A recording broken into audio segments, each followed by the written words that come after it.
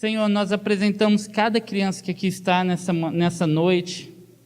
Pai amado, quão bom é poder ver os nossos filhos na casa do Senhor. De tudo que nós ansiamos, Pai, ver os nossos filhos aqui, o nosso coração se alegra de sobremaneira. Nós abençoamos a vida dos nossos filhos, declaramos a bênção, a graça, a proteção, o cuidado do Senhor sobre a vida deles. Ó Pai, que assim como eu oro, ainda na pouca idade, que eles sejam visitados pelo Teu Espírito Santo, Pai. Que nós possamos ver nessa igreja os nossos filhos sendo batizados pelo Espírito Santo, orando em outras línguas, profetizando, declarando o Senhor como o Senhor da vida deles. Em nome de Jesus, que o Senhor abençoe a vida de vocês. Em nome de Jesus, vai lá com a tia, lá para a escolinha, que Deus abençoe as tias, que vão estar ensinando, que dê muita graça e sabedoria. Pode falar, amém. Amém. Aleluia. Glória a Deus. Quem está feliz aqui? Eita, o friozinho parece que deixa a gente meio mais brocochosinho, né? Que o Senhor abençoe os nossos filhos. Meu anseio, meu desejo de verdade é chegar um dia aqui e a gente está orando no meio da adoração e os nossos filhos começarem a ser visitados aqui na nossa frente. É o meu desejo. Eu acho que, eu falo para a Má, né? Às vezes eu assisto filme que envolve criança, assim, e eu me emociono muito. Na verdade não é difícil mais, né? Mas eu me emociono por quê? Porque o meu anseio é ver eles. Eu faço de tudo por eles. Tudo que vem à mão eu faço pela vida deles. Mas por quê? Porque eu desejo de coração que um dia eles confessem o Senhor com a própria boca. Sabe aquela coisa de não da gente ficar precisando falar, né? A Má coloca uma música para o Thales, se eu não me engano chama Caleb e Joshua, uma coisa assim, né? É duas crianças cantando, é lindo, é maravilhoso. Amor, você me constrange, eu ia começar a cantar aqui, mas vou me arrancar daqui de cima. E é muito lindo. E aí a Má fala pro Thales, né? Olha, filho, eles são novinhos como você, né? Aí o Thales fala para mim, papai, mas um dia eu quero, né, fazer como aquelas crianças fazem. Falei, filho, é simples, não precisa fazer força, só coloca o teu coração à disposição, deixa o resto que Deus faz, no momento certo. A oração deles é sempre essa: Papai do céu, obrigado por esse dia, abençoa o papai, a mamãe, os titios, os vovôs, Espírito Santo, entra na minha vida rapidinho, né? Eu ensinei eles a orar assim. Por quê? Porque rapidinho pra gente é o nosso desejo, mas na hora certa o Senhor vai visitar os nossos filhos. Meu Deus do céu, as crianças profetizando, levantando as mãozinhas dele ali, imagina orando em outras línguas. Eu acho que eles estão orando aqui, eu caio de costas de ir pro outro lado. Aí eu tenho que entregar o culto na mão deles. Aleluia, é o desejo do nosso coração ver os nossos filhos assim. Esses são os nossos avisos. Abra comigo em Mateus capítulo 16,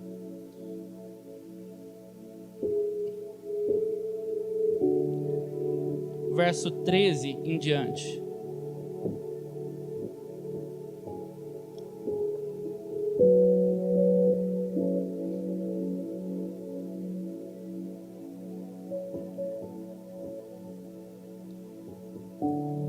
Vamos fazer assim, deixa marcadinho Mateus aí que está mais fácil, vai lá em Deuteronômio, lá no comecinho, capítulo 30.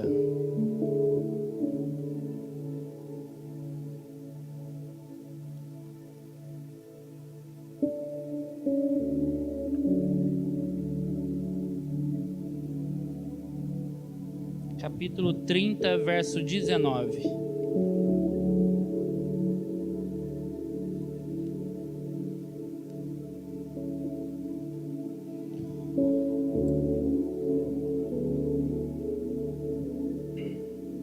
Amém? Ouço o som de folhas ainda, isso é bom, viu? A gente não tem ouvido tanto som de folhas se abrindo ultimamente. Vamos lá, verso 19. Hoje tomo o céu e a terra por testemunhas contra vocês, que lhes propus a vida e a morte, a bênção e a maldição. Escolham, pois, a vida para que vivam, vocês e os seus descendentes, amando o Senhor, seu Deus, dando ouvidos à sua voz e apregando-se a Ele. Vamos pausar aí. Ao verso 19 diz assim: hoje tomo os céus e a terra por testemunha contra vocês, que lhe propus a vida e a morte, a bênção e a maldição. Escolham, pois, a vida, para que vivam. Senhor, nós declaramos, Senhor, a Tua palavra como uma semente no nosso coração, Pai, e o nosso coração como uma terra fértil. Pai, que nessa noite que os nossos ouvidos estejam desobstruídos para a Tua palavra, e os nossos olhos possam ver aquilo que o Senhor tem para fazer no nosso meio. Senhor, fala aos nossos ouvidos, ao nosso coração, Pai. Nós declaramos, Senhor, de verdade, que a Tua palavra entre e habite dentro de nós, assim como o Salmo 119 diz: escondi a Tua palavra no meu coração para não pecar contra Ti, em nome de Jesus. Esse texto aqui, ele vai nos introduzir a mensagem de hoje, e eu quero que você preste muita atenção. Hoje é um dia para falarmos sobre fé, sobre convicções, sobre decisões que nós temos que tomar na nossa vida. E todo passo que nós damos é necessário que a gente tome uma decisão. Seja pela manhã, preste atenção nisso. De manhã a gente decide levantar da cama ou ficar. A todo momento é uma decisão que a gente tem que tomar. Para vir aqui para a igreja é uma decisão que você precisa tomar. Agora a sua decisão é baseada no quê? E é aqui que eu quero entrar com você. A sua decisão de ficar, de estar nessa casa, de estar fora dessa casa, de ficar em casa, de tomar um banho, não tomar um banho, qual peça de roupa eu vou vestir, qual sapato eu vou calçar nessa noite, são decisões que são baseadas em princípios que nós carregamos. Como? A fé e a razão. Talvez você viu nas nossas postagens hoje, a fé, entre a fé e a razão. Sempre haverá uma escolha para nós fazermos. Qual que é a escolha que nós precisamos fazer? A razão é aquela calculada na nossa mente, qual passo nós vamos dar. A fé, ela é baseada no quê? Na vontade de Deus para a nossa vida. A esperança do dia de amanhã, ela é tomada por fé. É aquela coisa que te motiva, sem que você veja, mas você acredite que aquilo já aconteceu, vai materializar. A razão, muitas vezes, é aquela que te indica: está tudo errado, deu ruim, agora não dá mais, agora para, agora já chega, agora é hora de desistir. Entre a fé e a razão. E qual que é o limite de uma? Como que eu entro na área da outra? Como que eu deixo de fazer os cálculos da minha vida? Nomear os passos que eu estou dando, calcular o caminho, a rota. E qual que é o momento que eu decido na minha vida perseverar na fé e ir para onde Deus mandou, perseguir uma palavra que Deus mandou? Qual que é esse limite? É uma incógnita que a gente carrega na nossa vida, que muitas vezes nos frustram. Por quê? Porque se a gente calcula o próximo passo, talvez esse passo vai indicar que não dá mais, chega. Por exemplo, um casamento, você vai aconselhar, você vai cuidar de um casal. Qual que é o limite entre a fé e a razão? A razão diz que não dá mais. Eu já tentei de tudo. Eu já fiz de tudo na minha vida para que isso desse certo. Eu já cedi demais.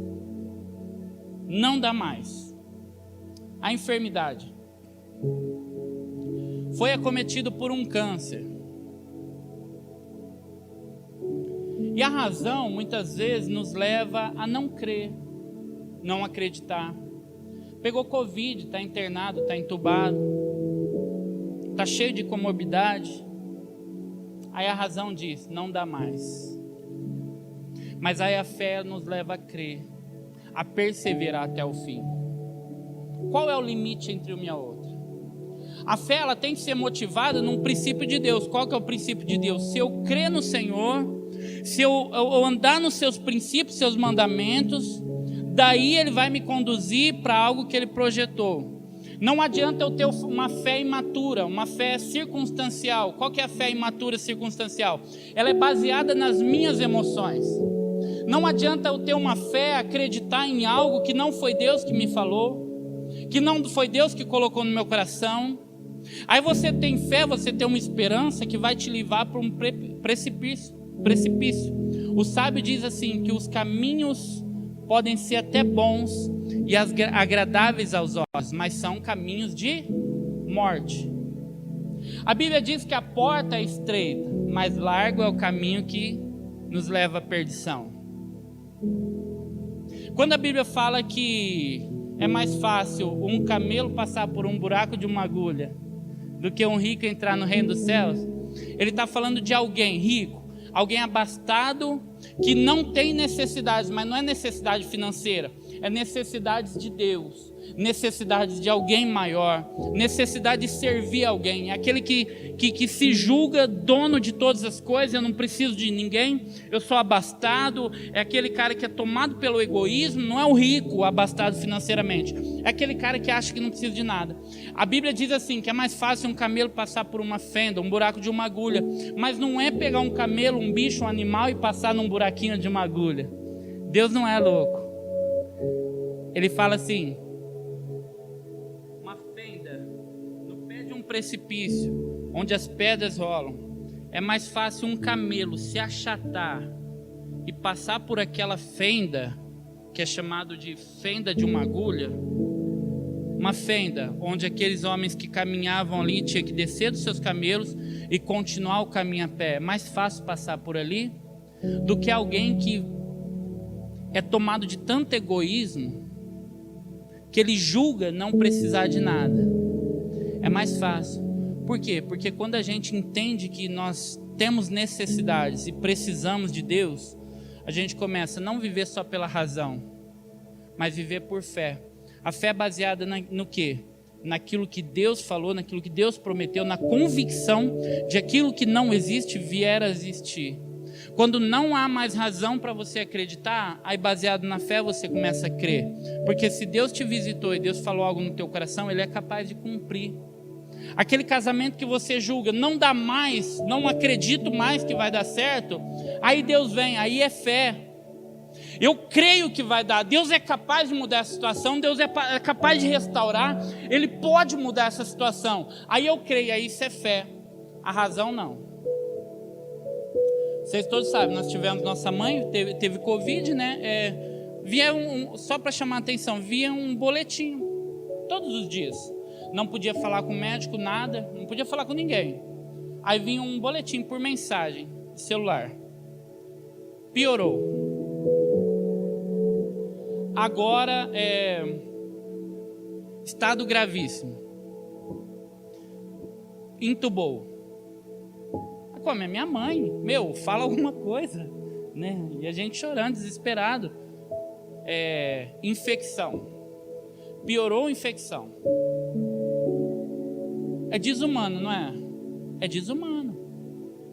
E aí você ora, Alfredo. Você ora, você entrega a tua vida, você todos os dias, aquele relógio de oração que nós fizemos, e nós somos muito gratos a todo mundo.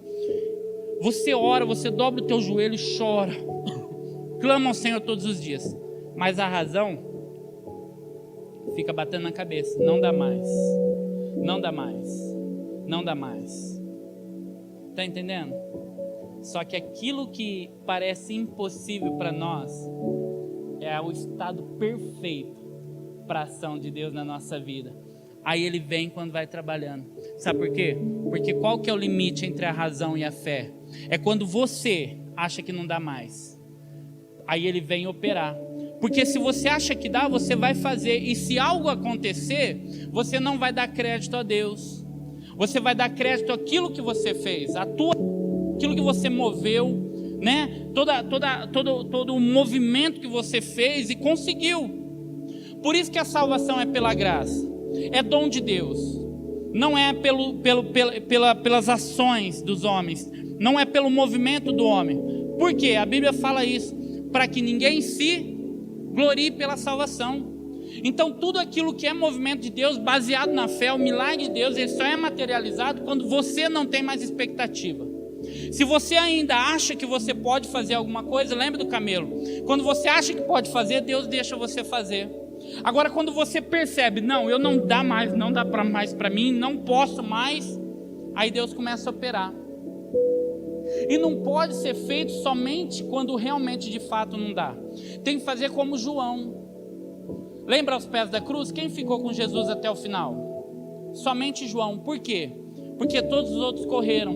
Porque a sentença era de morte. Todos os discípulos de Jesus teriam que morrer. E teriam que morrer de forma trágica, porque quem não dá a sua vida precisa entregar ela de alguma forma. Aí todos eles morreram de forma trágica. Quem não morreu de forma trágica? Quem morreu de forma natural? João. Porque quando ele foi aos pés da cruz, ele falou: para mim não dá mais. É só o Senhor na minha vida. Quando Deus percebeu que ali ele tinha entregado a vida dele, aí ele pôde operar todo o livramento que ele tinha para fazer naquela vida daquele homem. Então não é chegar no fundo do poço, é você chegar no momento que você entrega de fato a tua vida a Deus.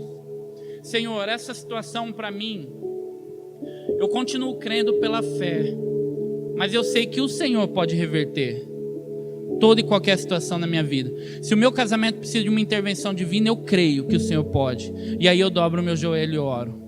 Eu creio que o Senhor pode restaurar o meu trabalho, o meu emprego, a minha vida financeira. Eu creio que o Senhor pode restaurar a saúde do meu papai, da minha mamãe, do meu tio, do meu primo, a minha saúde, a saúde do meu marido, da minha esposa. Eu creio que o Senhor pode. E aí você entrega nas mãos de Deus. Quando você de fato entrega nas mãos de Deus, aí Ele começa a operar na sua vida. Mateus 16, 13.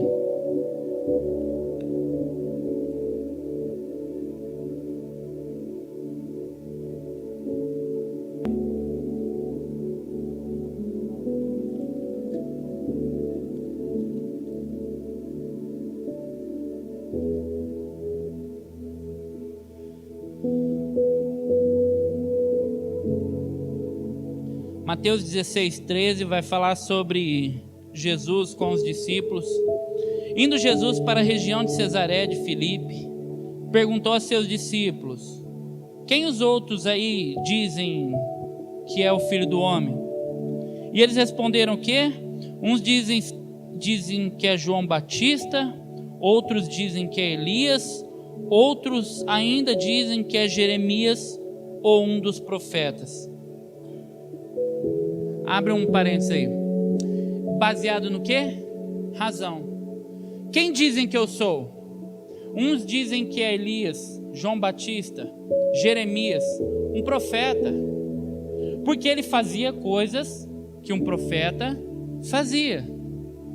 Então, baseado nas circunstâncias, naquilo que eles viam, de fato, eles tinham uma coisa a declarar. Quem dizem que eu sou? Tu és um profeta. Por quê? Porque eu te vejo um profeta, eu te vejo profetizando. Você anda como um profeta, anda como um profeta. Aí eles falam, aí para fora estão dizendo que tu és João Batista, Elias, Jeremias ou um dos profetas. Aí ele segue dizendo assim, verso 15: ao que Jesus perguntou: e vocês? Quem dizem que eu sou? Respondendo Pedro disse: o Senhor é o quê? É o Cristo, revelação, o Filho do Deus vivo. Então Jesus lhe afirmou: bem-aventurado é você, Simão Bar-Jonas, filho de Jonas, porque não foi carne nem sangue que te revelou isso, mas o meu Pai que está nos céus. Entendeu a primeira parte? Quem dizem que eu sou? Razão. Eu te vejo, eu falo o que você é. E o que você diz que eu sou? Fé, convicção, revelação. Tu és o Cristo. Por que ele não fala tu és Jesus? Porque Jesus é a personificação do ser humano, do Deus encarnado, mas o Cristo é o enviado. O Cristo é a missão, Jesus é o humano.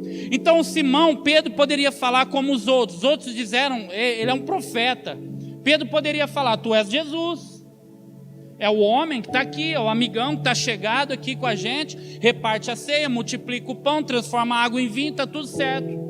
Não, mas ele teve a revelação, ele falou, você não é Jesus, tu és o Cristo, enviado de Deus. É fé, aquilo que vem do alto, é aquela motivação do teu coração, que tem a convicção revelada de Deus, daquilo que não era, mas se materializa, aquilo que na tua mente já é de fato. Tu és o Messias, é o enviado de Deus.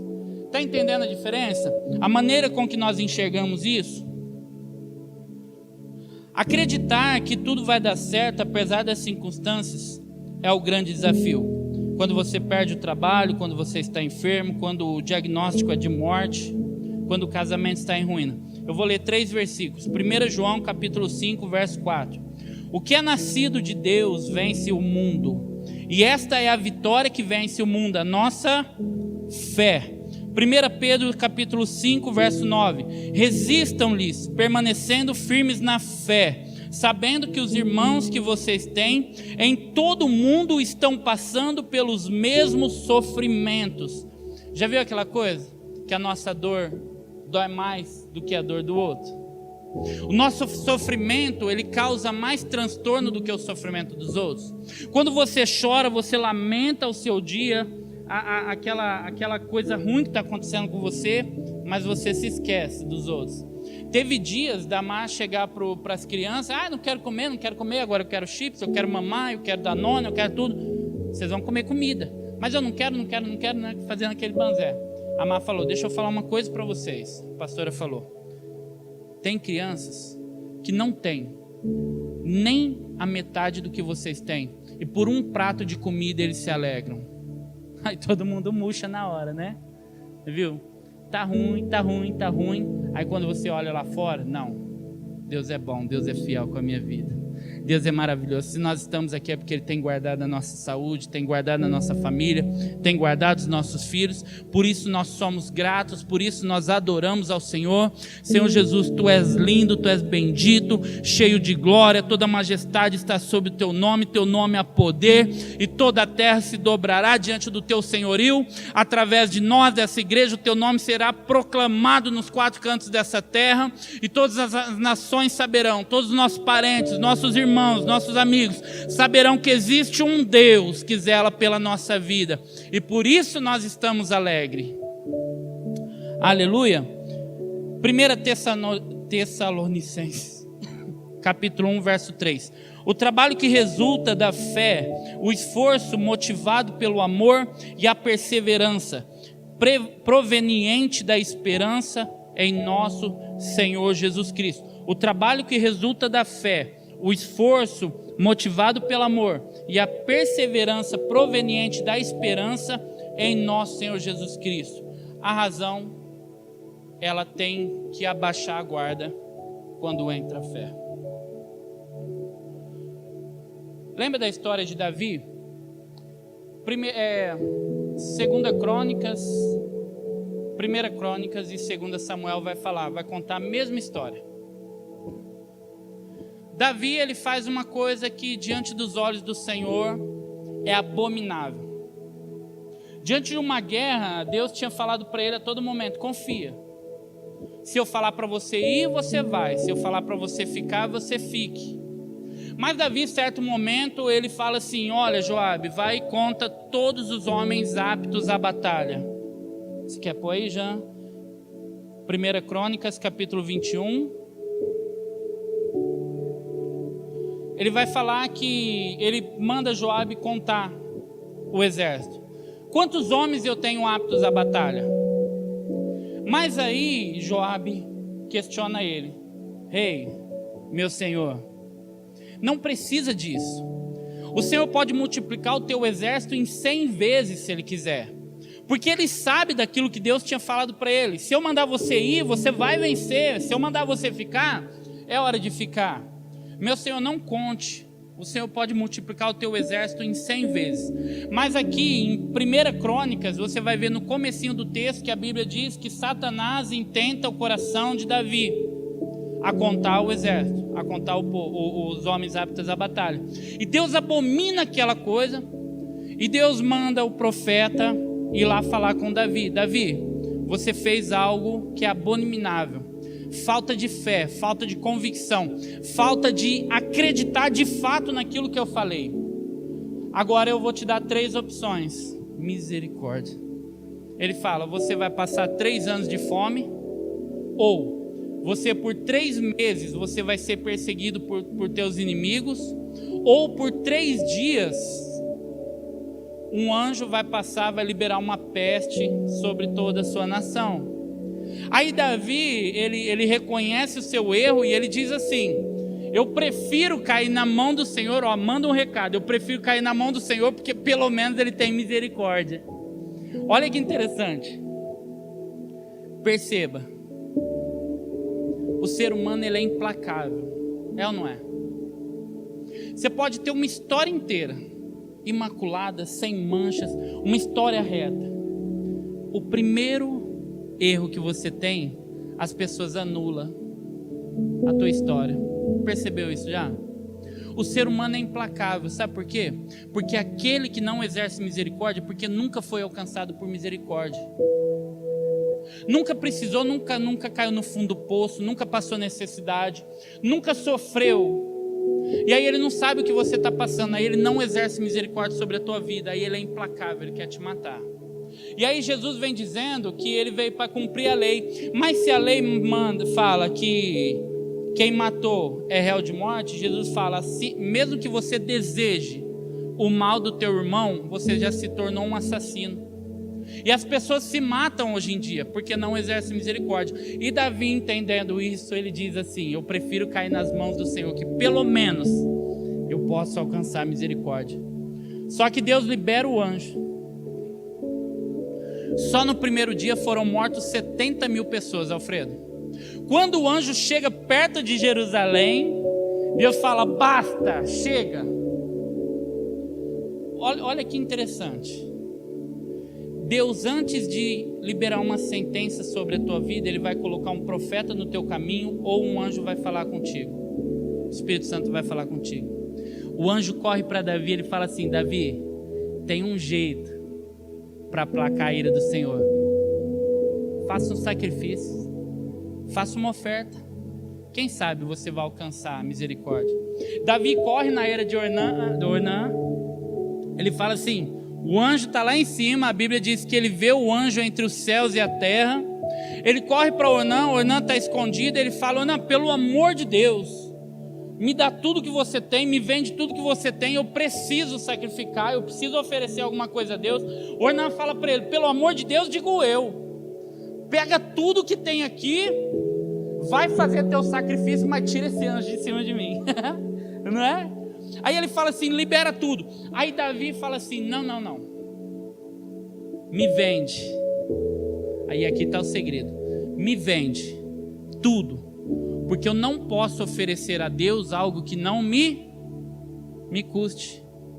Tem momentos na sua vida, se você quer mudar a situação da tua vida, você precisa sacrificar, urgente. Tem gente andando, patinando na vida, porque não consegue oferecer um sacrifício a Deus. Não sacrifica a vida, não renuncia às suas vontades, suas crenças, seu jeito de trabalhar, não renuncia o seu egoísmo e quer que Deus opere alguma coisa na vida.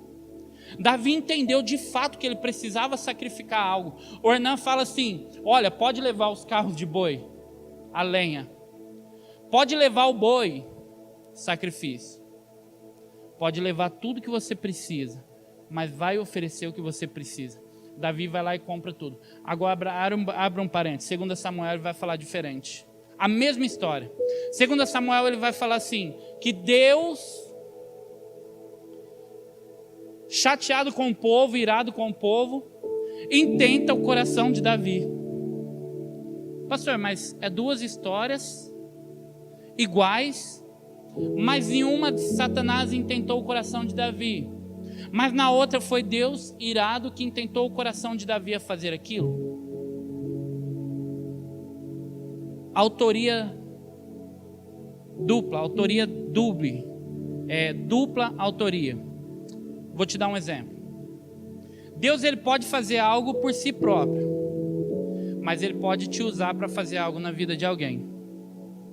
A intenção foi dele, mas para chegar ao propósito final ele precisou da tua vida. A intenção de Deus era de fato corrigir a vida de Davi, mas Deus precisou permitir que Satanás colocasse uma dúvida no coração de Davi. Tem momentos na nossa vida que Deus está operando e a gente não está entendendo. Às vezes a Ivete fala assim para mim: cuidado, porque tem tratamentos de Deus que você precisa deixar que Deus faça, porque se você entrar, você vai ser tratado junto com aquela pessoa. Está entendendo? Davi precisava ser tratado, mas Deus precisou permitir que Satanás colocasse aquela intenção no coração dele, aquela dúvida, aquela falta de fé no coração dele, para que Deus pudesse operar na vida de Davi. Tiago 1,12 diz assim: feliz é o homem que persevera na provação, porque depois de aprovado receberá a coroa da vida que Deus prometeu aos que o amam. Você precisa, de fato, entender o que está acontecendo. Saul era rei ou não era? Amém? Todo mundo lembra disso. Por que Saul perdeu o trono? Porque ele perseguiu um inimigo errado na vida dele. Parou para pensar nisso? Quem que era o inimigo de Saul? Ele próprio. Quem que era o inimigo daquele homem? Seu egoísmo, a sua inveja, a sua falta de maturidade, a tua falta de autoestima. E ele enxergou Davi, o grande inimigo da vida dele. Por quê? Porque as mulheres começaram a cantar. Saul matou seus milhares, mas Davi matou seus 10 milhares. Aquele que era para ser o grande general do exército de Saul, e Saul ser lembrado por toda a história da humanidade como o grande rei, que conduziu um grande exército com um grande general, agora vê Davi como o grande inimigo. E aí ele passa o resto de sua vida perseguindo o inimigo errado. Agora abre um parênteses. Não olha para o lado, não. Quantas vezes você viu o teu marido como teu inimigo? Quantas vezes você travou batalhas dentro da tua casa porque você não entendeu que a tua luta não é contra carne ou sangue, mas sim contra principados, potestades, as autoridades do mundo espiritual malignos que estão operando dentro da nossa casa? Quantas vezes nós travamos uma batalha dentro da nossa própria casa por não entender quem está por trás daquilo? E aí, de fato, essa guerra eu não venço, porque eu estou travando uma batalha com o inimigo errado. Quando eu travo uma batalha com o inimigo errado, eu perco meu trono. E aí eu vou perseguir alguém que de fato não é o causador daquilo. Quando eu devia estar de joelho dobrado, eu estou discutindo. Quando eu devia estar adorando, eu estou discutindo. E aí a mulher começa a se chocar com o homem. Disputa dentro de casa. Pai e filho, já viu o pai disputando com o filho? Já viu? Às vezes a gente está lá em casa, naquele momento, né? Mais caliente. Aí do nada, mamãe! É incrível, né? Você pode pensar. Você só pensa. Acende o sinalzinho, mamãe! Sai correndo. Lá na cama. Tem pais que estão sendo divididos por conta dos filhos. Esposos e esposas sendo divididos porque estão travando guerra de autoridade dentro da própria casa. Quem que manda mais, não entende o meu papel, ela não entende o papel dela, e aí a gente começa a disputar dentro de casa a autoridade. Autoridade sobre a vida do filho, autoridade de um para com o outro, quem divide a finança, quem cuida disso, quem cuida daquilo, quem cuida da casa, quem limpa a casa, quem lava a louça, quem deixou a toalha molhada no chão, quem jogou o sapato na janela.